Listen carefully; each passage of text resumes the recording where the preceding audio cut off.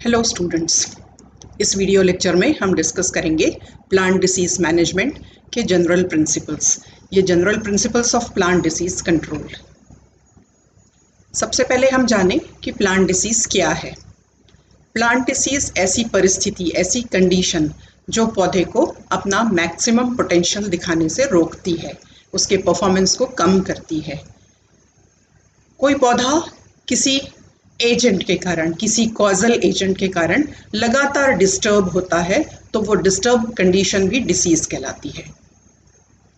इस डिस्टर्बेंस के कारण उस पौधे में कुछ सिम्टम्स, कुछ लक्षण दिखाई देते हैं और उन लक्षणों के आधार पर वो पौधा अपने नॉर्मल स्ट्रक्चर, नॉर्मल ग्रोथ या नॉर्मल फंक्शन या अदर एक्टिविटीज से हटकर कुछ एबनॉर्मल बिहेवियर करने लगता है। और वही एबनॉर्मल बिहेवियर जो है उसके फिजियोलॉजिकल कंडीशंस को अपसेट करता है, उसकी ग्रोथ को अपसेट करता है, उसके नॉर्मल स्ट्रक्चर को अपसेट करता है, उसकी लाइफ साइकिल को अपसेट करता है और यही कंडीशन कहलाती है डिसीज। अतः डिसीज का होना एक पौधे के लिए या बड़े पैमाने पर हम कहें कि उपजों के लिए, क्रॉप्स के लिए बहुत हानिकारक है। हालांकि डिसीज की स्टडी बहुत काफ़ी हो चुकी, काफ़ी उसके ऊपर काम हो चुका, तब कुछ वैज्ञानिकों को इच्छा हुई कि अब इन डिसीज को मैनेज कैसे करें, हम अपने हिसाब से ये डिसीज को कम करें ताकि उसके ऊपर होने वाला नुकसान कम हो। तो हम चलते हैं कि कैसे ये मैनेजमेंट हुआ। मैनेजमेंट का मुख्य कारण था कि हम जो नुकसान होने वाला है डिसीज के कारण, पौधों में जो नुकसान होता है और इनडायरेक्टली यील्ड और हमारी उपज में नुकसान होता है, उस नुकसान को हमको कम करना है। वेंडर प्लैंक ने एक थ्योरम दिया। उन्होंने कहा कि इक्विवेलेंस होता है। किसी भी जगह डिसीज का होना एक कलेक्टिव मेजर है। उस कलेक्टिव मेजर में होस्ट, पैथोजन और एनवायरनमेंट तीनों का कलेक्टिव इफेक्ट होता है और इस कलेक्टिव इफेक्ट में जो परिवर्तन होते हैं उस परिवर्तन के कारण डिसीज कम या ज़्यादा हो सकती है। इस चित्र द्वारा हम समझे, इस चित्र में इन तीनों कंपोनेंट्स को दिखाया है। पहला कंपोनेंट यदि हम ले डिजीज का कॉजल एजेंट, जिसको हम कह रहे हैं पैथोजन। पैथोजन की एग्रेसिवनेस कम या ज़्यादा हो सकती है। दूसरा कंपोनेंट है होस्ट, पौधा जिसके ऊपर डिसीज होने वाला है, उसकी एक्सेप्टेबिलिटी, इस होस्ट को, इस पैथोजन को उसको इन्फेक्ट करने देने की जो क्षमता है, जिसको हम ससेप्टिबिलिटी कहते हैं, वो ससेप्टिबिलिटी कम या ज़्यादा हो सकती है। और इन दोनों पर असर डालने वाला तीसरा कंपोनेंट है एनवायरनमेंट। ये एनवायरनमेंट कम या ज़्यादा फेवरेबल हो सकता है, जो डायरेक्टली इनडायरेक्टली इन दोनों पर असर करेगा और फाइनली ये तीनों मिलकर डिसाइड करेंगे कि डिसीज का अमाउंट क्या होगा। हम देख रहे हैं कि हमको मैनेजमेंट करना है, हमको डिसीज के अमाउंट को कम करना है। इस तरह की स्ट्रैटेजीज, इस तरह के सिद्धांत या प्रिंसिपल बनाने हैं ताकि ये डिसीज जो है वो कम हो। एक बार और हम थोड़ा सा समझ लें डिसीज मैनेजमेंट प्रिंसिपल्स क्या हैं। ये प्रिंसिपल्स क्या हैं? ऑफन ये कंसंट्रेट किस पर करती है? डिजीज ट्रायंगल पर करती है। इस और चित्र द्वारा हम समझे कि डिजीज का होना या न होना तीन कंपोनेंट्स पर आधारित है। ये तीनों कंपोनेंट्स, होस्ट यदि ससेप्टिबल है या रेजिस्टेंट है, पैथोजन कैपेबल है या नहीं है, या पैथोजन प्रेजेंट है या एब्सेंट है, और इन दोनों के साथ एनवायरनमेंट सूटेबल है, फेवरेबल है या अनफेवरेबल है। तो हम मैनेजमेंट स्ट्रैटेजीज में इन तीनों चीज़ों को स्टडी करेंगे। इन तीनों चीज़ों में हम जब परिवर्तन करेंगे और उस तरह से डिज़ाइन करेंगे कि हमारा जो डिजीज़ का आउटब्रेक है, डिजीज़ का जो आउटकम है, वो मिनिमाइज हो या एब्सेंट हो जाए। डिजीज साइकिल कैसी होती है, उनके अलग अलग स्टेप्स भी देख ले ताकि हमको मैनेजमेंट स्ट्रैटेजीज बनाने में आसानी होगी। हम जानते हैं कि डिजीज कहाँ से शुरू होती है? इनोक्यूलेशन से। कोई प्रोपोग्यूल पहली बार किसी होस्ट को इन्फेक्ट करता है। इन्फेक्शन के रास्ते अलग अलग हो सकते हैं, जो कि हमने पहले ही पढ़ा है। अलग अलग तरीके से कोई प्रोपोग्यूल, कोई स्पोर या कोई कुनीडिया किसी होस्ट को इन्फेक्ट करता है और डिजीज की स्टार्टिंग होती है। वो इन्फेक्शन के दौरान अपने आप को होस्ट के शरीर के अंदर, पौधे के अंदर प्रवेशित करता है। वो कहलाती है पेनिट्रेशन। प्रवेश करने के बाद वो अलग अलग बैरियर्स को फेस करता हुआ सक्सेसफुल होस्ट के शरीर के अंदर या ऊपर एक्टोपैरासाइट है या एंडोपैरासाइट है, उस तरह से वो होस्ट के साथ में एसोसिएशन करता है और ये एसोसिएशन कहलाता है इन्फेक्शन। हालांकि ये एसोसिएशन बेनिफिशियल है नहीं, बेनिफिशियल नहीं है, इसलिए इसको हम क्या कहेंगे, डिजीज कंडीशन या इन्फेक्शन। ये डिजीज कंडीशन डेवलप हो गई। अब पौधा जो है वो इन्फेक्शन ले चुका है, इन्फेक्शन उसके अंदर एंटर कर चुका है, पैथोजन उसके अंदर एंटर कर चुका है और वो पौधा सिम्टम्स दिखाने लगता है, लक्षण दिखाने लगता है और उन्हीं लक्षणों के आधार पर हम किसी हेल्दी प्लांट को और डिजीज प्लांट को डिफ्रेंशिएट कर सकते हैं, अलग अलग पहचान सकते हैं। जैसा कि हमने पहले देखा कि डिजीज के कारण प्लांट की नॉर्मल ग्रोथ कम हो जाती है, उसकी उपज में कमी होती है, उसकी नॉर्मल फिजियोलॉजिकल एक्टिविटी में कमी होती है और उन्हीं कमी के आधार पर हम पौधे को डिसीज या नॉन डिसीज प्लांट के रूप में डिफ्रेंशिएट कर सकते हैं।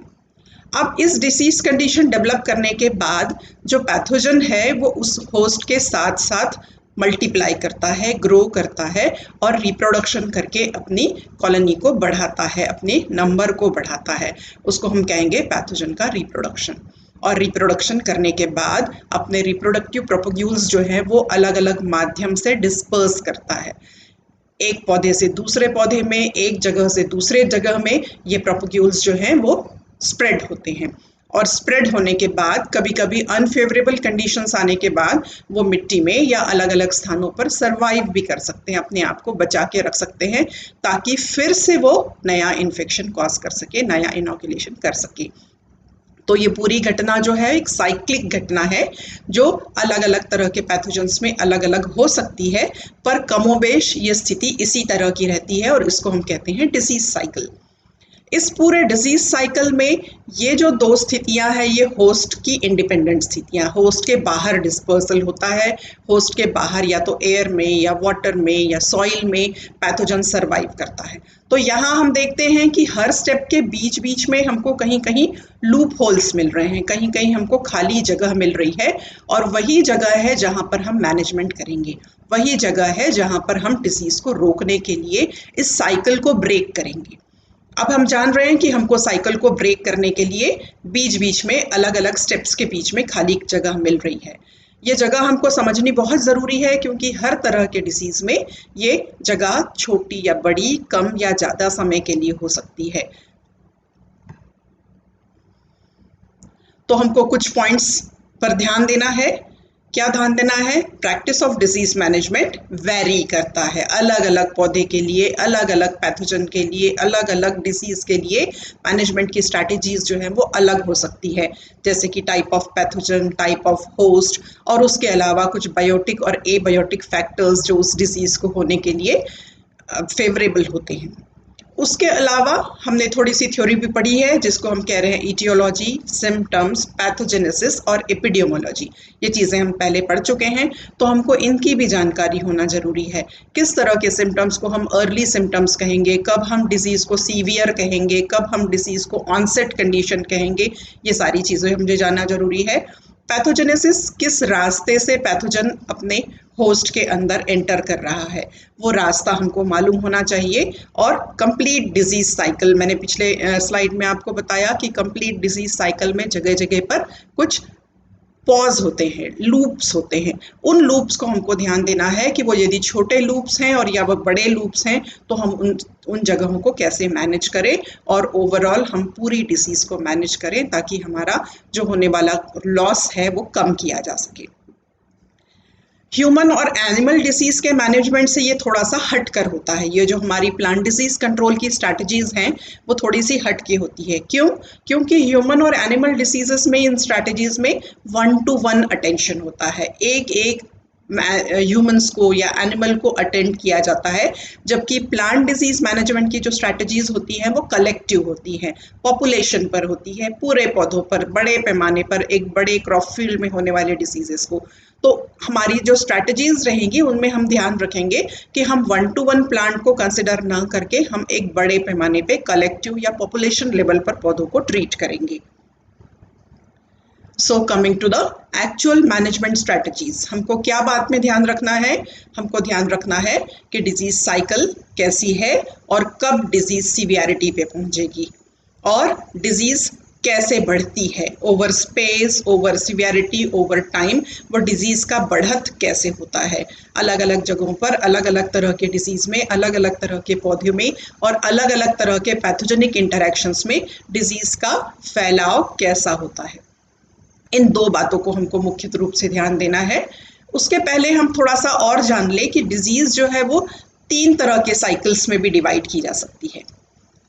पहली साइकिल होती है मोनोसाइक्लिक, जिसमें कि सिंगल साइकिल होता है, इसको हम डिजीज ऑफ सिंपल इंटरेस्ट भी कहते हैं। इसमें क्या होगा कि जो प्राइमरी इनोक्यूलम है वो केवल इन्फेक्शन कॉज कर सकता है और उसके अलावा किसी भी तरह का सेकेंडरी इनोक्यूलम नहीं पाया जाता। एक बार यदि कोई पौधा इन्फेक्टेड हुआ तो उसकी लाइफ में वो इन्फेक्शन उतना ही रहेगा, वो आसपास के दूसरे पौधों को इन्फेक्शन नहीं फैला सकता।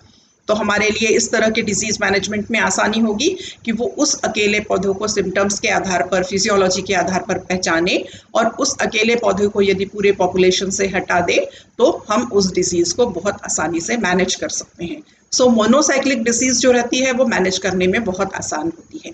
हमें ध्यान रखना पड़ेगा कि किस तरह के सिम्टम्स बन रहे हैं। इसके एग्जाम्पल है वर्टिसिलियम की विल्ट और सीरियल का सिस्ट निमेटोड्स द्वारा होने वाले सिस्ट डिसीज जो अनाजों में होते हैं, सीरियल्स में होते हैं। दूसरी तरह का डिजीज साइकिल है, उसको हम कहते हैं पॉलीसाइक्लिक डिजीज साइकिल, जिसमें कि मल्टीपल साइकिल्स होते हैं, एक साल में बार बार रिपीटेड इन्फेक्शन होती है। इसको हम कंपाउंड इंटरेस्ट डिसीज भी कहेंगे। इसमें जो पैथोजन के एसेक्सुअल स्पोर्स हैं वो सेकेंडरी इन्फेक्शन कॉज करते हैं। यदि एक पौधे में इन्फेक्शन हुआ, सक्सेसफुल हुआ, उस पौधे में सिम्टम्स डेवलप हुए और डिजीज डेवलपमेंट के बाद पैथोजन जो है एसेक्सुअली मोड से रिप्रोड्यूस करता है, एसेक्सुअल मीन्स से रिप्रोड्यूस करता है, तो उसके जो कोनिडिया या स्पोर्स हैं वो आसपास के डिस्पर्सल मीडियम से दूसरे पौधों में पहुंच जाएंगे और वहां पर सेकेंडरी इन्फेक्शन कॉज करेंगे। इस तरह से डिजीज जो है वो तेजी से एक पौधे से दूसरे, दूसरे से तीसरे और तीसरे से चौथे पौधे में बढ़ सकती है। इसीलिए इसको हमने कहा डिजीज ऑफ कंपाउंड इंटरेस्ट। इसमें डिजीज की सीवियरिटी बहुत तेजी से बढ़ती है। इसके एग्जाम्पल्स हैं downy mildews, powdery mildews, late blight of potato, leaf spot disease, blights, grain rust, aphid borne viral diseases और root knot nematodal diseases of vegetables. तीसरी तरह की डिसीजेज हैं, उनको हम कहते हैं पॉलीएटिक डिसीज। ये मल्टी ईयर साइकिल्स रहते हैं। इस तरह के डिसीजेस में एक पैथोजन जो है वो अपने आप को मैच्योरिटी के लिए काफ़ी समय देता है, बहुत साल उसको मैच्योर होने में लगते हैं और उसके बाद जाकर वो नए इन्फेक्शंस कॉज करता है। कभी साल दर साल वो अपने आप को सर्वाइव करता है, पेरिनेट करता है और सूटेबल होस्ट मिलने पर, सूटेबल एनवायरमेंटल कंडीशंस में ही वो इन्फेक्शंस कॉज करता है। तो ऐसे डिसीज कहलाते हैं पॉलीएटिक डिसीजेस या मल्टी ईयर डिसीजेस। इसके एग्जाम्पल्स हैं Dutch elm disease, pear decline disease, fungal vascular wilts, mycoplasma yellow और वायरल इन्फेक्शंस। तो हमारे पास एग्जाम्पल्स हैं 3 तरह के डिजीज साइकिल्स के, जिसमें मैंने बताया मोनोसाइक्लिक डिसीजेस जो हैं वो सिंपल इंटरेस्ट डिसीज, एक पौधे तक सीमित हो सकते हैं। सबसे ज़्यादा मैनेज करने के लिए आवश्यकता है पॉलीसाइक्लिक डिसीज, जिसमें कि एक्सपोनेंशियली डिजीज जो है वो बढ़ता है। और तीसरे तरह के डिजीज जो है वो पॉलीएटिक डिसीज। तो हम प्लांट डिसीज मैनेजमेंट के जो प्रिंसिपल्स हैं उन प्रिंसिपल्स के 3 मुख्य आधार बनाएंगे। इन 3 आधारों को हम कैसे समझाएं? पहला आधार है reduction in the initial inoculum और रेट ऑफ डिसीज डेवलपमेंट। हम प्राइमरी इनोक्यूलम को रिड्यूस करें ताकि रोग जो है वो सीवियरिटी तक ना पहुंचे या डिजीज डेवलपमेंट को रोकें। दूसरा, management of pathogen population by reducing defence और मॉडिफाइंग द एनवायरनमेंट।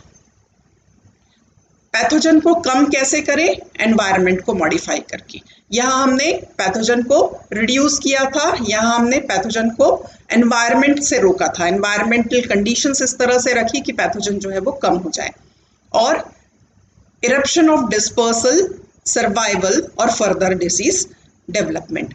एक पौधे से दूसरे पौधे में, एक खेत से दूसरे खेत में, एक स्थान से दूसरे स्थान में डिजीज के डेवलपमेंट को, डिजीज के डिस्पर्सल को हम रोकें। तो ये 3 हमारी मेन स्ट्रैटेजीज रहेंगी। इन स्ट्रैटेजीज का बेस्ड हम डिजीज को मैनेज करेंगे। इन स्ट्रैटेजीज में दो चीजों को भी हमको ध्यान रखना है। पहला होगा strategies before the pathogen is present. Pathogen को आने से ही रोकना है। पैथोजन किसी कारण से कम हो जाए, किसी कारण से उस स्थान से हट जाए, किसी कारण से होस्ट के लिए सूटेबल ना हो, किसी कारण से एनवायरनमेंट सूटेबल ना हो, इन सारे कारणों से इन्फेक्शन से पहले ही पैथोजन को रोक लेना है। और दूसरी स्ट्रैटेजीज हमारी रहेंगी कि यदि इन्फेक्शन हो चुका है तो उसका ट्रीटमेंट करना है। Produces once pathogen become establish.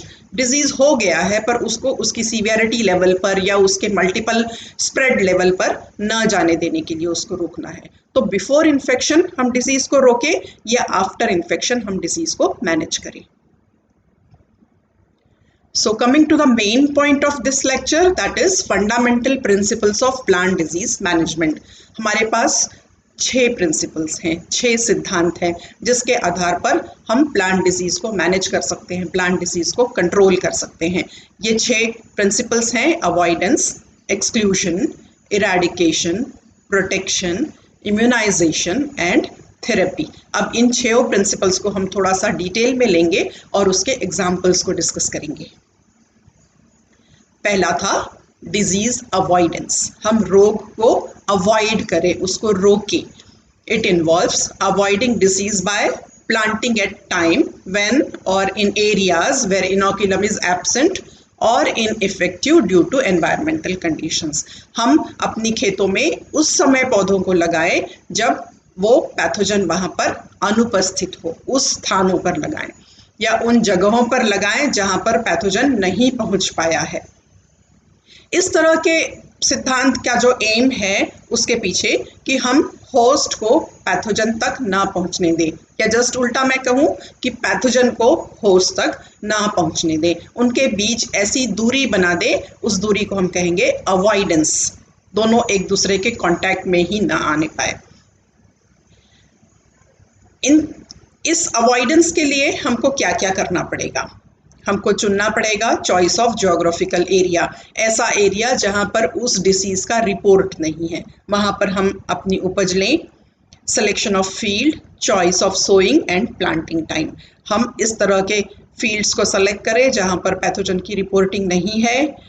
Sowing हम इस तरह से करें, कहीं डीप सोइंग कर रहे हैं, कहीं अर्ली सोइंग कर रहे हैं। टाइम हम इस तरह से ले रहे हैं कि वेराइटीज़ जो हैं वो या तो अर्ली वेराइटीज़ लगा रहे हैं या लेट वेराइटीज़ लगा रहे हैं, ताकि सीज़न जो है वो पैथोजन के लिए अनफेवरेबल हो जाए। तो ये भी हम सिलेक्ट कर सकते हैं कि उन स्थानों पर जहाँ पर पैथोजन की रिपोर्टिंग नहीं है, ऐसी सोइंग मेथड जहाँ पर पैथोजन ना पहुँच पाता हो, और ऐसा समय जहाँ पर पैथोजन जो है वो अनफेवरेबल एनवायरमेंटल कंडीशंस के कारण होस्ट के कांटेक्ट में ना आ सके। तीसरी चीज हम कर सकते हैं selection of seed and planting material. हम डिजीज फ्री सीड्स को, सर्टिफाइड सीड्स को या प्लांटिंग मटेरियल को यूज करें, ताकि हमको पहले से पता हो कि हमारे सीड जो है वो इनिशियली सीड बॉर्न पैथोजन्स के साथ ना आए हों। Use of short duration disease escaping varieties, कुछ वेराइटीज जो है हमारे वैज्ञानिकों ने तैयार करी हैं जो जल्दी से उपज करती हैं, जल्दी से वो फसल पकती है, शॉर्ट ड्यूरेशन वेराइटीज, या इस तरह की डिजीज एस्केपिंग वेराइटीज भी हैं जिसको कि हम लगाएं ताकि पैथोजन उनके कांटेक्ट में न आ पाए।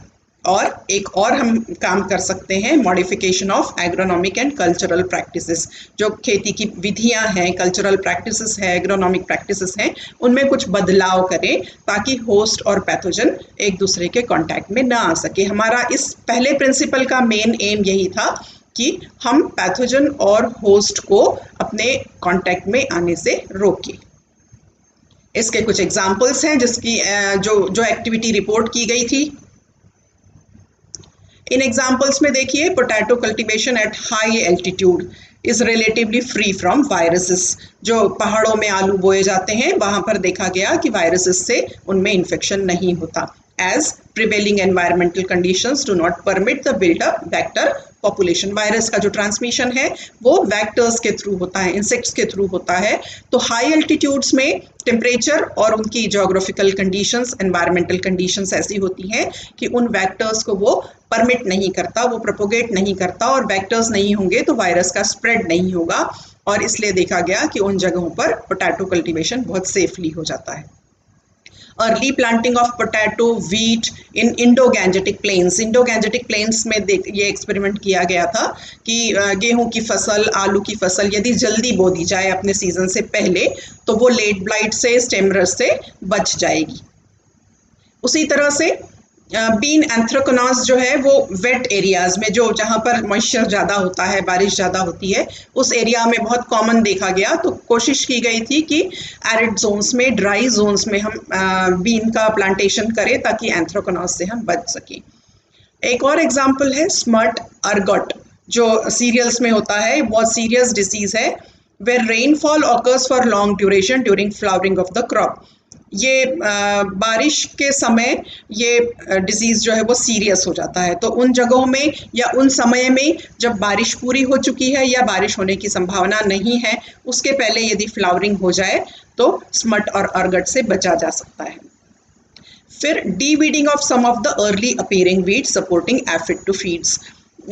देखा गया कि खेतों में जो वीड्स होते हैं, खरपतवार होती हैं, वो एफिड्स को भोजन प्रदान करती हैं। उनके फूलों पर, उनके रस पर एफिड्स जो हैं वो फीड होते हैं, और यही एफिड्स जो होते हैं वो वायरस के स्प्रेड के लिए रिस्पॉन्सिबल होते हैं। तो खेतों में जो खरपतवार है उनको बार बार हटाते रहने से भी एफिड्स की फीडिंग नहीं होगी। दूसरा प्रिंसिपल हमारा है exclusion of disease. It means preventing the entrance and establishment of pathogen to uninfected crops in a particular area. हम रोकेंगे, इसमें हम क्या कर रहे हैं, पैथोजन को रोक रहे हैं। पहले वाले मेथड में हमने किया था, अवॉइड किया था, ऐसी परिस्थितियां देखी थी जहां पर होस्ट और पैथोजन एक दूसरे से कांटेक्ट में ना आ पाए। यहाँ पर हम क्या कर रहे हैं, फिजिकली पैथोजन को आने से रोक रहे हैं। यहाँ पर हम क्या करेंगे, मेन प्रैक्टिसेस जो है एक्सक्लूजन की, सीड सर्टिफिकेशन, जिसमें कि सर्टिफाइड सीड का हम यूज़ करें, सीड जो है सर्टिफाइड हो, प्री इन्फेक्टेड या प्री इन्फेस्टेड ना हो। क्रॉप इंस्पेक्शन और ट्रीटमेंट, क्रॉप को हम बार बार देखें, ध्यान दें। यदि मोनोसाइक्लिक क्रॉप है तो हम उस इन्फेक्टेड पौधे को वहाँ से हटा दें और उसकी प्रॉपर ट्रीटमेंट करें ताकि वो सेकेंडरी इन्फेक्शन ना फैला पाए या उसके प्रोपोग्यूल्स जो है वो सॉइल में ना पड़े हों।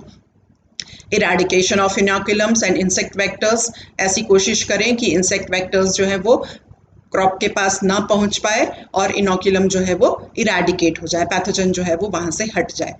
क्वारंटाइन मेजर्स, कुछ रेगुलेटरी मेजर्स जो हैं वो कंट्री लेवल पर, स्टेट लेवल पर जारी होते हैं। उन मेजर्स का उपयोग किया जाए ताकि इन्फेक्टेड सीड्स जो है एक स्थान से दूसरे स्थान पर ना पहुंच पाए, और इस मेजर को हम कहते हैं रेगुलेटरी प्लांट पैथोलॉजी। इसके एग्जाम्पल्स हम देखें कि इस मेथड से हमने कब कब किस किस तरह के रोगों का बचाव किया था। वर्टिसिलियम इन्फेक्शंस जो हैं उनका, और निमेटोड्स का इन्फेक्शन और कुछ और सॉइल बॉर्न इन्फेक्शंस को हम इस विधि से बहुत आसानी से रोक सकते हैं। हम उस इक्विपमेंट्स की क्लीनिंग, उस जगह की सॉइल का सैनिटेशन करके, ध्यान देकर, इस तरह की चीज़ें, इस तरह की परिस्थितियां रख सकते हैं कि वर्टिसिलियम, निमेटोड्स और अदर सॉइल बॉर्न ऑर्गेनिजम्स जो हैं एक स्थान से दूसरे स्थान पे ना पहुंच पाए। Recommendation for control of disease through some kind of clean seed programme, एक गवर्नमेंट ऑफ इंडिया का और सब जगह का एक क्लीन सीड प्रोग्राम है जिसमें कि बीजों को सर्टिफाई किया जाता है। इस तरह इस विधियों में स्यूडोमोनास फेसियोलोका डिसीज जो है, जो कॉजल एजेंट है हेलोब्राइट डिसीज का, ज़ैंथोमोनास फेसियोलाई है जो ब्लाइट पैथोजन है, और कोलिटोट्राइकम की जो स्पीशीज है वो फंगस रिस्पॉन्सिबल फॉर एंथ्राकोनास।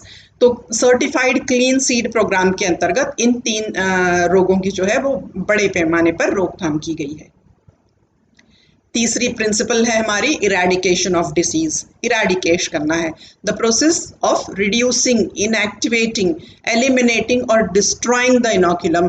डिसीज हम जान रहे हैं कि किसी कारण से हम अवॉइड नहीं कर सकते हैं, तो हम क्या करेंगे, कम करेंगे, डिजीज की सीवियरिटी को कम करने की कोशिश करेंगे, इनोकुलम को इनएक्टिवेट करने की कोशिश करेंगे, या उस जगह से उस इनोकुलम को हटाने की, डिस्ट्रॉय करने की कोशिश करेंगे ताकि हमारा पौधा, हमारा जो प्लांट है वो डिसीज से बच जाए। इसके लिए हमको क्या क्या करना होगा, eradication of alternate and collateral host.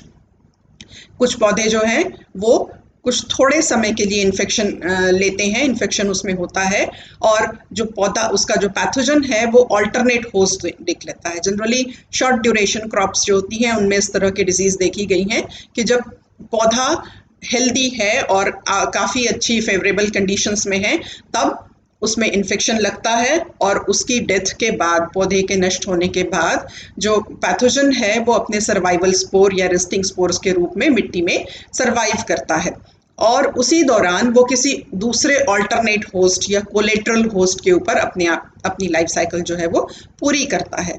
तो ऐसे ऑल्टरनेट या कोलेट्रल होस्ट को हमको हटाना है विसिनिटी से, ताकि हम पैथोजन के सर्वाइवल की चेन जो है उसको हम ब्रेक कर सकते, उसकी साइकिल को, उसकी जो लाइफ साइकिल है उसको हम ब्रेक करें। नेक्स्ट हम प्रैक्टिस कर सकते हैं क्रॉप रोटेशंस की।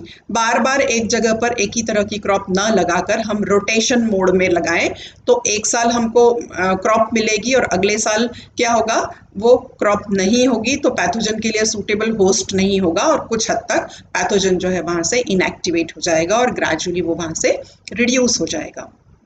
एक और मेथड हम कर सकते हैं फील्ड सैनिटेशन, फील्ड की साफ सफाई हम रखें, और कुछ प्रैक्टिसेस इसके लिए बताई गई हैं जिसके कारण हम फील्ड की साफ सफाई, उसमें से पैथोजन के इनएक्टिवेशन के मेजर्स लेंगे। हीट और chemical treatment of plant material और सॉइल, हम जनरली जो बल्ब वैरायटी वाले प्लांट्स होते हैं उसमें हम उनको सुखाकर या कुछ केमिकल से ट्रीटमेंट करते हैं बिफोर सोइंग और ड्यूरिंग स्टोरेज, उसको हम करें, या सॉइल को हीट से फ्यूमिगेट करें, केमिकल से फ्यूमिगेट करें, तो हम कुछ हद तक पैथोजन के जो प्रोपक्यूल्स हैं उनको रिड्यूस या इनएक्टिवेट कर सकते हैं। कुछ बायोलॉजिकल कंट्रोल मेजर्स भी सजेस्ट किए गए हैं। उस सजेशंस के दौरान हम बायोलॉजिकली एक पैथोजन के प्रेजेंस से दूसरे पैथोजन को हम इरेडिकेट कर सकते हैं या रिड्यूस कर सकते हैं। इसको हम एग्जाम्पल के रूप में समझते हैं, eradication of golden nematode by removing infested soil, fumigating soil in infested field and eventually abandoning the infected potato fields for housing developments and other use. कुछ जगहों पर ये काम किया गया था कि लगातार गोल्डन निमेटोड्स का इन्फेक्शन था, तो उस गोल्डन निमेटोड को इरेडिकेट करने के लिए क्या किया गया, उस इन्फेस्टेड सॉइल को वहाँ से हटा दिया गया या उसको फ्यूमिगेट किया गया, या उस क्रॉपिंग फील्ड को जो थी उसको पूरी तरह से हाउसिंग डेवलपमेंट या दूसरे यूज के लिए उपयोग में लाया गया, जिससे कि उस जगह के निमेटोड्स की संख्या जो है वो धीरे धीरे कम हुई और निमेटोड्स टोटली इरेडिकेट हुए। सिट्रस कैंकर का इरेडिकेशन किया गया था कुछ स्थानों पर, जिसमें कि सिट्रस से इन्फेक्टेड, कैंकर से इन्फेस्टेड जो प्लांट्स थे उनको वहाँ से पूरी तरह रिमूव कर दिया गया, उनको बरी कर दिया गया और उनको डिस्ट्रॉय कर दिया गया। और जो नर्सरीज और ऐसी जगह थी जहाँ सिट्रस के पौधे बहुत बड़े पैमाने पे लगते थे, उनको डिस्ट्रक्ट कर दिया गया। फिर और एक एग्जाम्पल बताया गया जिसमें कि एप्पल और पियर की ब्रांचेस रिमूव कर दी गई, जहाँ पर फायर ब्लाइट डिसीज जो इरविनिया के कारण होता है, उसको, उन पर्टिकुलर ब्रांचेस को मुख्य पौधे से अलग कर दिया गया। फिर ब्लिस्टर रस्ट डिसीज से जो इन्फेक्टेड ब्रांचेस थी उनकी प्रूनिंग कर दी गई, प्लांट की कटाई कर दी जाती है, जिससे कि ब्लिस्टर रोग जो है वो बाकी पौधे पे, बाकी ट्री पे ना बने। Hot water seed treatment of serial seeds, अनाजों में देखा गया कि यदि हम बोने से पहले उनकी हॉट वाटर ट्रीटमेंट करें तो स्मट के माइसीलियम जो है वो, लूज स्मट या कवर्ड स्मट के माइसीलियम जो है कुछ हद तक डिस्ट्रॉय होते हैं। वायरल डिसीजेस के कंट्रोल के लिए भी कुछ जगह पर हीट ट्रीटमेंट जो है वो सजेस्ट किया गया। Gas forming chemicals, volatile chemicals या वाटर सॉल्युबल केमिकल्स से सॉइल का फ्यूमिगेशन भी कुछ जगह सजेस्ट किया गया, जिसके कारण कि हम डिजीज को इरेडिकेट कर सकते हैं। इनमें कुछ केमिकल्स के नाम मैंने यहाँ बताए हैं, कार्बन डाइसल्फाइड, मेथिल ब्रोमाइड या क्लोरोपिक्रीन जो है उनको सॉइल ट्रीटमेंट के लिए यूज करते हैं और पैथोजेंस को इरेडिकेट करने के लिए भी उनको यूज किया जाता है। चौथी मेथड है प्रोटेक्शन, चौथा प्रिंसिपल है, चौथा सिद्धांत है, हम पौधे को प्रोटेक्ट करें, हमारे होस्ट को प्रोटेक्ट करें। Principle of avoidance, exclusion and eradication में नॉट बी सफिशिएंट। ऐसी परिस्थितियों में जहां पर हम अवॉइड नहीं कर सकते डिसीज को, पैथोजन को एक्सक्लूड नहीं कर सकते हैं, पैथोजन को इरेडिकेट नहीं कर सकते हैं, उसमें हमको क्या करना है, पौधे को प्रोटेक्ट करना है। ऐसा उस समय होता है जहां पर हमारा डिसीज जो है वो पॉलीसाइक्लिक हो, एक पौधे से दूसरे पौधे में एयर के थ्रू, विंड के थ्रू, बहुत मैकेनिकल रीजन, एंथ्रोपोलॉजिकल एक्टिविटी के थ्रू डिजीज जो है वो फास्ट बढ़ती है।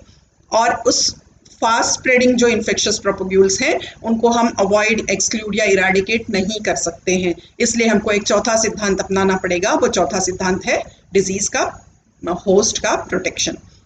इस प्रोटेक्शन के लिए हम क्या करेंगे, हम पौधे और पैथोजन के बीच एक टॉक्सिक बैरियर बनाएंगे, एक उनके बीच में एक बैरियर बनाएंगे, इस तरह का आवरण देंगे।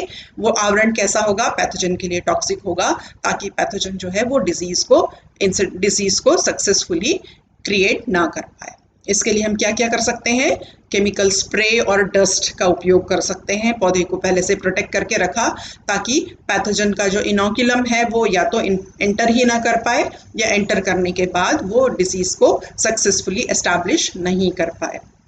हम दूसरा काम कर सकते हैं, एनवायरनमेंट को मॉडिफाई कर सकते हैं, जो कि पैथोजन को डिजीज कॉज करने के लिए है।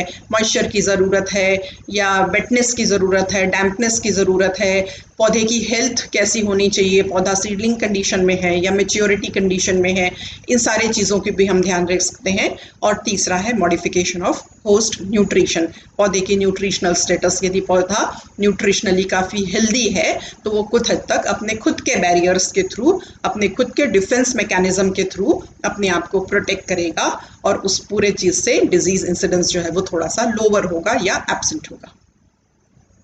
इसके कुछ एग्जाम्पल्स हैं। Banana are covered with plastic sleeves as soon as the fruit are set to protect the foodborne various pests including fruit decay fungi। कुछ जगहों पर ये प्रैक्टिस की जाती है जहां पर केले की खेती बड़े पैमाने पे होती है, तो जैसे ही फ्रूट सेटिंग शुरू होता है प्लास्टिक के कवर्स से उनको ढांक दिया जाता है, जिससे कि कुछ फंगल इन्फेक्शंस या दूसरे इंसेक्ट पेस्ट से उनको नुकसान ना हो। यूज ऑफ ब्रॉड स्पेक्ट्रम और systemic fungicides for control of some diseases like downy mildews, rust, smurts और powdery mildews, क्योंकि ये सेकेंडरी इन्फेक्शन कॉज करते हैं और इससे हमको पौधों को बचाना है, तो उसके लिए हम प्लांट्स को फंजीसाइड्स से ट्रीट कर लेंगे, पहले से ही उनके ऊपर फंजीसाइड्स का स्प्रे करेंगे। Effective biological control through fungus, peniophora gigantea जो है ये प्रिवेंट करता है पौधों को वुडी डिके फंगस से। हेट्रोबेसिडियम एक फंगस है जिससे वुड डिके होता है, उसको हम पिनोफोरा से रोक सकते हैं। Application of non pathogenic bacterium जैसे कि एग्रोबैक्टीरियम, रेडियोबैक्टर, ये नॉन पैथोजेनिक है पर ये अपने जैसे दूसरे एग्रोबैक्टीरियम ट्यूमिफिशियंस से अपने आप को रोकता है, बैक्टीरिया के दूसरे इन्फेक्शन से रोकता है। पांचवा प्रिंसिपल है होस्ट रेजिस्टेंस या इम्यूनाइजेशन। इसको अर्लियर नाम दिया गया था इम्यूनाइजेशन, बाद में इसको हम नए नाम से जानते हैं, दैट इज होस्ट रेजिस्टेंस। ये एक इनबिल्ट मैकेनिज्म है host to resist the various activities of pathogen. Host के पास इस तरह का पावर, इस तरह की कैपेसिटी कि वो पैथोजन को रोके। The infection or subsequent damage by pathogen can be reduced through genetic manipulation। ये genetic manipulation से भी लाया जा सकता है। इसके लिए बहुत सारी breeding methods suggest की गई हैं और उस breeding method से permanently host में disease resistance develop होता है। इसमें क्या क्या चीज़ें हुई हैं देखिए। The main practice under this are classical breeding technique जैसे कि इन वीवो जेनेटिक रिकॉम्बिनेशन जिसको हम कहते हैं, सिलेक्शन है, म्यूटेशन है, हाइब्रिडाइजेशन है, या बायोटेक्नोलॉजिकल टूल से, टिश्यू कल्चर मेथड से, जेनेटिक इंजीनियरिंग मेथड से, प्रोटोप्लास्ट फ्यूजन मेथड से जेनेटिकली रेजिस्टेंट होस्ट की वेराइटीज तैयार की जाती है। यहाँ मैं एक एग्जांपल आपको दूंगी। Tissue culture method mostly viral disease के मैनेजमेंट के लिए बहुत अच्छा साबित हुआ था। ये देखा गया कि प्लांट्स की जो एपिकल टिश्यूज हैं वो वायरल इन्फेक्शन से फ्री होती हैं, तो टिश्यू कल्चर मेथड से जब हम एपिकल मेरिस्टेमेटिक सेल्स को या एपिकल सेल्स को यूज करके प्लांटलेट्स बनाते हैं तो वो वायरस से फ्री होती हैं। कुछ और एग्जांपल्स यहाँ देखिए। Development of resistance has been most successful against the specialized प्रोसिडन जैसे कि रस्ट फंजाई है, स्मर्ट फंजाई है, पाउडरी मिल्ड्यू है और वायरसेस है। इनके लिए परमानेंट रेजिस्टेंस डेवलप किया गया, चाहे ब्रीडिंग मेथड से किया गया या आर्टिफिशियल मेथड जिसमें कि जेनेटिकली मॉडिफाइड ऑर्गेनिजम्स तैयार किए गए। एग्रोबैक्टीरियम के थ्रू और बैसिलस thuringiensis के थ्रू जेनेटिकली मॉडिफाइड तैयार किए गए, जिसमें कि बहुत सारी बीटी वेराइटीज जो हम जानते हैं, वो बीटी वेराइटीज जो है वो इसी का एग्जाम्पल है। अंतिम सिद्धांत जिसमें हम आ रहे हैं थेरेपी। ये सिद्धांत पिछले 5 सिद्धांतों से थोड़ा अलग, क्योंकि ये इन्फेक्शन के बाद उपयोग में लाता है। ये अप्लाई तब होता है जब पौधे में इन्फेक्शन हो गया है। Only practice apply to the plants after infection has been taken place. हमने स्ट्रैटेजीज देखी थी, वहां पर हमने 2 बातें ध्यान दी थी कि यदि हम इन्फेक्शन को रोके, डिजीज को होने से ही रोके, उसके प्रिंसिपल, और डिजीज होने के बाद पौधे में उसका प्रसार जो है वो कम करें, या डिजीज को हम क्योर करें, पौधे को हम ठीक करें। Therapy is a curative procedure and is applied to individual plants. ये बात ध्यान होती है कि थेरेपी जो है हम इंडिविजुअल प्लांट के ऊपर अप्लाई करते हैं। यहाँ पर हम क्या क्या करते हैं, हमारे पास 2 तरह की थेरेपी है। पहली है chemotherapy, use of chemicals to inactivate the pathogen. इस तरह से हम यूज करेंगे जिसमें कि पैथोजन जो है वो इनएक्टिवेट हो जाएगा। या thermotherapy, the exposure of disease plant और parts of them to hot water, high temperature, air temperature for different periods of time, ताकि डिजीज जो है वो कम हो, पैथोजन जो है वो इनएक्टिवेट हो। इसके एग्जांपल्स देखिए, loose smut of wheat is control by treating the seeds with hot water. Hot water treatment has been used to kill nematodes in bulbs, corm, tubers and fleshy roots. ऐसी जगहों पर हम bulbs को summer season में या पूरी एक season भर हॉट वाटर से ट्रीट करके फिर गर्मी में उसको धूप में सुखाकर और उसके बाद उनको बोते हैं, ताकि निमेटोड्स के जो रेस्टिंग बॉडीज हैं वो वहाँ से किल हो जाएं। क्रिसेंथेमम के जो ब्रांचेस हैं, जो स्टूल्स हैं, उनको हम फॉलियर निमेटोड्स से हटाने के लिए उनको 44 डिग्री टेम्परेचर में आधे घंटे तक डुबा के रखें और उसके बाद उनको बोने के लिए उपयोग में लाएं, तो कुछ हद तक डिजीज से बच सकते हैं, या निमेटोड इन्फेक्शन से पौधे जो है वो बच जाते हैं। फाइनली हम कंक्लूड करें कि हमने जो डिजीज मैनेजमेंट की स्ट्रैटेजीज या प्रिंसिपल्स देखे थे, वो इन 5 कैटेगरीज में क्लासिफाई हो सकते हैं। Management of physical environment, cultural control, जो एनवायरमेंटल कंट्रोल, इस तरह की परिस्थितियां हम निर्माण करें कि पौधा और उसका पैथोजन जो है वो कांटेक्ट में ना आए। Management of associated microbiota, biological antagonism, दूसरे माइक्रो ऑर्गेनिजम्स के साथ कंपटीशन करवाएं ताकि हमारा पैथोजन जो है उसकी सीवियरिटी कम होगी, उसका इनोकुलम पोटेंशियल जो होगा वो कम हो जाएगा, ताकि डिजीज इंसिडेंस या डिजीज डेवलपमेंट जो होगा वो रिड्यूस होगा। मैनेजमेंट विद केमिकल्स, हमारे पास कुछ केमिकल्स हैं जो बिफोर और आफ्टर ट्रीटमेंट भी हम यूज कर सकते हैं। मैनेजमेंट ऑफ होस्ट जीन, हमारे पास कुछ ऐसी मेथड्स और ऐसी टेक्निक्स, टेक्नोलॉजी है जिसमें कि हम जेनेटिकल मैनिपुलेट करके रेजिस्टेंस डेवलप कर सकते हैं।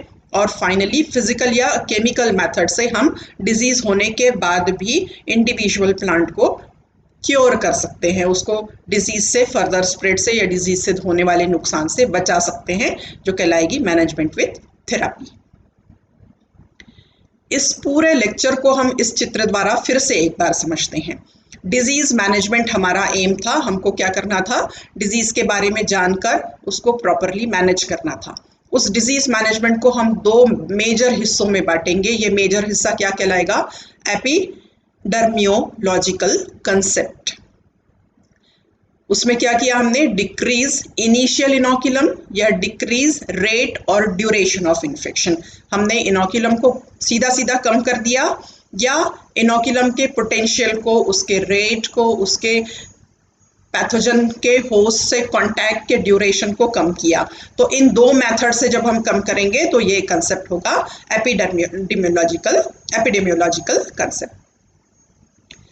फिर इनिशियली हम जब इनोकुलम को रिड्यूस कर रहे हैं तो रिड्यूस करने के बाद हमको पैथोजन और होस्ट लेवल पर 2 काम होंगे, और वैसे ही डिजीज के रेट को हम कम कर रहे हैं तो होस्ट और एनवायरमेंटल लेवल पर। ये 3 चीजें हमें मालूम थी, डिजीज ट्रायंगल के एजेंट्स हैं ये, पैथोजन, होस्ट और एनवायरमेंट। तो इन दोनों चीजों में जो डिजीज के इनोकुलम को हमको डिक्रीज करना है वो पैथोजन और होस्ट के बीच होगा, और डिजीज के रेट और ड्यूरेशन को कम करना होगा वो होस्ट और एनवायरनमेंट के बीच होगा। अब हमारे पास 6 मेथड्स थे जिनको कि हम 6 प्रिंसिपल्स के रूप में जाना, एक्सक्लूजन, इरेडिकेशन, जो कि पैथोजन लेवल पर होगा, पैथोजन को हम एक्सक्लूड करें या पैथोजन को हम टोटली इरेडिकेट करें। होस्ट लेवल पे होगी थेरापी या होस्ट का रेजिस्टेंस, होस्ट को हम ट्रीट करें या होस्ट को हम रेजिस्टेंस के लिए जेनेटिकली तैयार करें। एनवायरमेंटल लेवल पर होगा प्रोटेक्शन और अवॉइडेंस, हम किसको करें, होस्ट को प्रोटेक्ट करें या पैथोजन को अवॉइड करें। तो एनवायरमेंटल कंडीशंस इस तरह की मैनेज करें कि होस्ट प्रोटेक्टेड रहे या पैथोजन और होस्ट के बीच इंटरैक्शन जो है वो अवॉइड हो। तो ये होगा principle of plant disease control. Disease cycle level पर भी हम इस चीज को समझ सकते हैं। एक्सक्लूड यदि होगा पैथोजन तो फर्दर डिस्पर्सल रुकेगी, इरेडिकेट यदि होगा तो उसके सर्वाइवल पे क्वेश्चन मार्क होगा, वो सर्वाइवल कम हो जाएगा उसका। होस्ट की यदि हमने थेरापी की है तो डिजीज का स्प्रेड कम हो जाएगा। होस्ट यदि इनिशियली रेजिस्टेंस है तो इन्फेक्शन नहीं लेगा। एनवायरनमेंट को हमने प्रोटेक्ट करके रखा है तो पैथोजन जो है वो पेनिट्रेट नहीं कर पाएगा, और पैथोजन को यदि हमने अवॉइड करके रखा है तो इनोकुलेशन और पेनिट्रेशन नहीं हो पाएगा, ये क्रिया नहीं होगी। तो ये जो चीज़ें हैं हम ले रहे हैं डिजीज ट्राइंगल। हमने शुरू में देखा था डिजीज साइकिल कैसी है, डिजीज साइकिल में जो लूप्स हैं हमारे पास उन जगहों पर हम एक्सक्लूड करें तो हम फर्दर डिस्पर्सल को रोके, इरेडिकेट करें तो पैथोजन की सर्वाइवल पर रोके, हम थेरेपी करें तो डिजीज डेवलपमेंट ना हो, हम रेजिस्टेंट वेराइटीज यूज करें तो इनिशियली इन्फेक्शन ही ना हो, हम प्रोटेक्ट करके रखें तो पैथोजन जो है वो पेनिट्रेट नहीं करेगा, हम अवॉइड करके रखें तो इनोकुलेशन या पेनिट्रेशन ही नहीं होगा। अब कंट्रोल टैक्टिक के रूप में यदि हम देखें तो हमारे पास फिर कुछ उपाय है। डिस्पर्सल कैसे हम रोक सकते हैं, क्वारंटाइन से। जो नेशनल और इंटरनेशनल और स्टेट लेवल पे क्वारंटाइन रूल्स होते हैं उन रूल्स को फॉलो करें, और ताकि एक जगह से दूसरे जगह इन्फेक्टेड प्रोपोग्यूल्स का जाना रोक सकें। सीड सर्टिफिकेशन या प्लांट प्रोपोग्यूल्स का सर्टिफिकेशन, सर्टिफाइड सीड का हम उपयोग करें हमेशा, तो हम फर्दर डिस्पर्सल या इनिशिएशन ऑफ डिसीज रोक सकते हैं, और पैथोजन फ्री स्टॉक हम यूज करें। पैथोजन के सर्वाइवल को हमने रोका है क्रॉप रोटेशन से, फील्ड पाश्चराइजेशन से, फील्ड फ्यूमिगेशन से, रगिंग से, use of green manures, field burning और फ्लेमिंग, कचरे को, पुराने खरपतवार को, और जो फील्ड्स में जो अनवांटेड मटेरियल है, ऑर्गेनिक मटेरियल है जिसमें कि पैथोजन और सर्वाइव हो सकता है, सेकेंडरी होस्ट, कोलेटरल होस्ट के रूप में उनको यूज कर सकता है, उनको वहां से हम पूरी तरह से बर्न कर दें या उनको जला दें। थेरापी लेवल पर हमने डिजीज को रोका था, वो थेरापी लेवल हो सकती है heat treatment, chemical treatment, pruning या सर्जरी, पौधों को उन ब्रांचेस को हटा देना जिसमें कि डिजीज के सिम्टम्स दिखाई देते हैं। रेजिस्टेंस लेवल पर हमने इन्फेक्शन को रोका था, तो हम कुछ इस तरह की स्पीशीज हम लें जो कि रेयर स्पेसिफिक जेनेटिक मेकअप की है या जेनेटिकली मॉडिफाइड है, और उसमें कुछ इस तरह के इंड्यूस न्यूट्रिएंट्स हों जो कि उसमें पैथोजन की एंट्री को रोक सके या पैथोजन में बैरियर्स होस्ट में बैरियर्स उत्पन्न कर सके और उसको होस्ट को रेजिस्टेंट बना दे। प्रोटेक्शन लेवल पर जो हमने काम किया था जिससे कि पैथोजन का होस्ट के अंदर पेनिट्रेशन रुक गया था, उस पेनिट्रेशन रोकने के लिए हमने कुछ केमिकल एजेंट्स, कुछ कवरिंग, कुछ स्प्रे, कुछ डस्ट यूज किए थे जो कि प्लांट को प्रोटेक्ट करके रखते हैं। कुछ बायोलॉजिकल एजेंट्स यूज किए थे जिसके कारण, नॉन पैथोजेनिक ऑर्गेनिजम्स के प्रेजेंस के कारण पैथोजेनिक ऑर्गेनिजम्स की ग्रोथ जो है वो रुकती है, फर्दर पेनिट्रेशन रुकता है और प्लांट जो है वो प्रोटेक्ट होता है। डिजीज फोरकास्टिंग भी यहाँ पर कुछ हद तक प्रोटेक्शन में काम आता है कि यदि रोग के होने की संभावना है, एनवायरमेंटल कंडीशंस इस तरह की है कि रोग हो सकता है, तो उन फोरकास्टिंग का यूज करके उस समय हम कुछ केमिकल एजेंट्स को बचाव के रूप में पहले से उपयोग में लाकर प्लांट को प्रोटेक्ट कर सकते हैं और डिजीज टोटली मैनेज हो जाएगी। अवॉइडेंस के लिए हमने इनोकुलम और उसके पेनिट्रेशन को और होस्ट को कांटेक्ट को रोका था, होस्ट और पैथोजन के कांटेक्ट को रोका था। उसके लिए हम हर उपज की, हर क्रॉप की, हर पौधे की प्लांटिंग डेट जो है वो चेंज करें, सीड को कितने डेप्थ पर बोना है उसको ध्यान दें, सीड किस जगह पर बोया जाना है, किस ज्योग्राफिकल एरिया में बोया जाना है उस पर ध्यान दें, किस तरह के इरिगेशन का शेड्यूल रहेगा, वाटरिंग कब की जाएगी, कब हम ड्राई कंडीशंस मेंटेन करेंगे ताकि डिजीज जो है वो अवॉइड हो, अर्ली वेराइटीज़ या लेट वेराइटीज़ को हम लगाएं, जिससे कि हार्वेस्टिंग डेट जो है वो बदल जाए, अलग हो जाए। इरिगेशन हम किस तरह से रखें, लीफ वेटनेस और कैनोपी डेंसिटी, प्लांट डेंसिटी को हम इस तरह से मेंटेन करें कि पैथोजन और होस्ट का कांटेक्ट ना हो सके, डिजीज़ जो है वो अवॉइड होगी। तो ये पूरी बातें हमारी प्लांट डिजीज़ मैनेजमेंट की हैं। बहुत सारी स्ट्रेटजीज़ जो है वो हमारे काबिल वैज्ञानिकों ने डेवलप करी है और हमारे जो किसान हैं उनको उपयोग में लाते हैं, और इस तरह से हमारे कृषि क्षेत्र में जहां पर उपज में डिजीज होने के कारण बहुत बड़ा नुकसान होता है, उनसे बचते हैं। धन्यवाद।